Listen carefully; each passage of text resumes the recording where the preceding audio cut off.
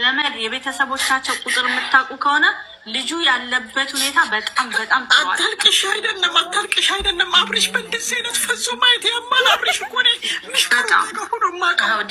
በመድኃኒት እኮ ነው አልፈዘሰት በእናት እሷም ሚዲያ ሰርታት በለም እንዳ ከፊደን ራሱ ዩቱብን እናጠፋት አለን እግዚአብሔር ሰርታት በለም ዳኒ እንዴት ሙድ እንደሚይዝበት አይታችሁታል። ዳኒ እንዴት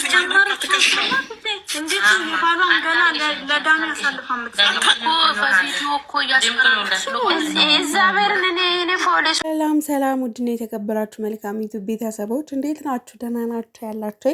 እኛ ለን እግዚአብሔር የተመሰገነ ይሁን። ክብሩ ይስፋ ለመድኃኒዓለም። የኔ ውዶች እንዴ እስካሁን የሚያለቅሰዋል እንዴ? በአሁን በሰለጠነ 21ኛ ክፍለ ዘመን እንደው አብርሃም እንደዚህ ሆነ ሩታ እንደዚህ ሆነች ብሎ የሚያለቅስ ሰው አለ? ላሽ አረ ችግር የለም እንትን እናቀርብላችኋለን። ምንድነው የሚባለው?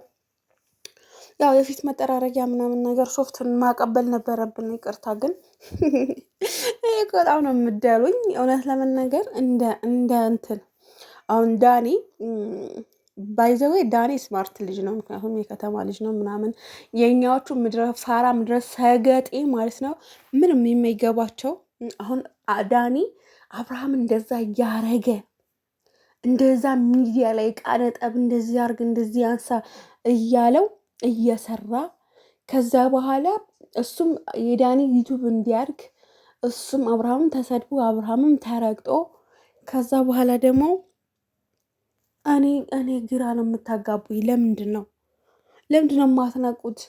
ያ ዳኒ የሸገር ልጅ ነው፣ ስማርትፎን ነው ታውቃላችሁ። እንዴ እናንተ ገግማ ለመቼስ ግግም ብሎ እንትን ላይ ከዛ ባለቀስከው ሙድ ይዝብሃል፣ በሚስትህ ሙድ ይዝብሃል፣ እቃ ጠብሎ ሙድ ይዝብሃል፣ ቪዲዮ ሊወጣብህ ነው ብሎ ሙድ ይዝብሃል።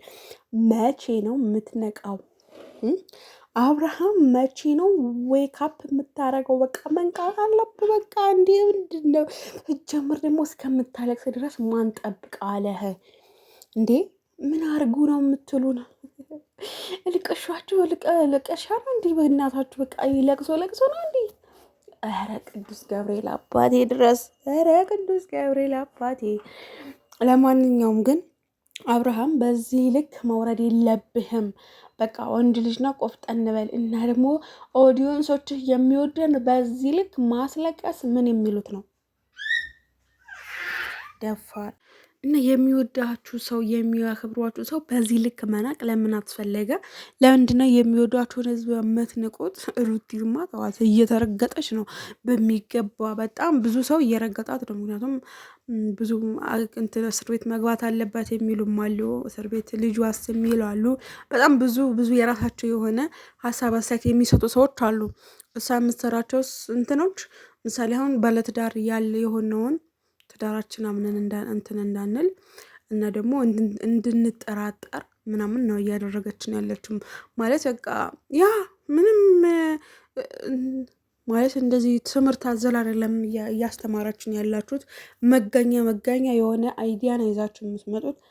እስኪ ሪያሊቲ ኑሩት። በቃ እስኪ ህይወቱን ኑሩት። በፊት የምታሳዩን ልክ ገንዘብ ሳይመጣ በፊት የምታሳዩን ህይወታችሁ ኑራችሁ ለህብረተሰቡ አስተምሩ። ምክንያቱም እናንተን የሚወዷችሁ ልጆቻቸውን ደግሞ በእናንተ ህይወት እንትን የሚሉ አሉ። ምሳሌ እናንተ የሚያያችሁ በጣም ብዙ ባለትዳሮች አሉ ምናምን። ስለዚህ ለምንድን ነው የማትነቁት? ምድር ነፈዝ ሁሉ ማለት ነው።